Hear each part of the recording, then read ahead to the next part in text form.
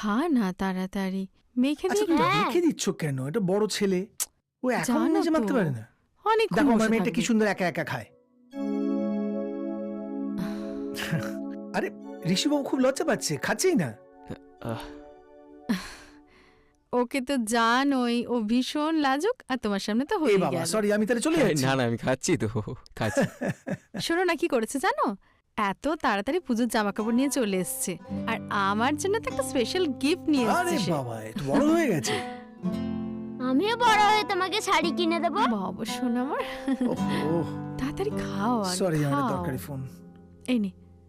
ঋষিবাবু তুই খাও, আমি ফোনটা। হ্যালো, আচ্ছা হ্যাঁ বলুন বলুন। আমাকে তো দিও না, আমি খেতে পারবো না।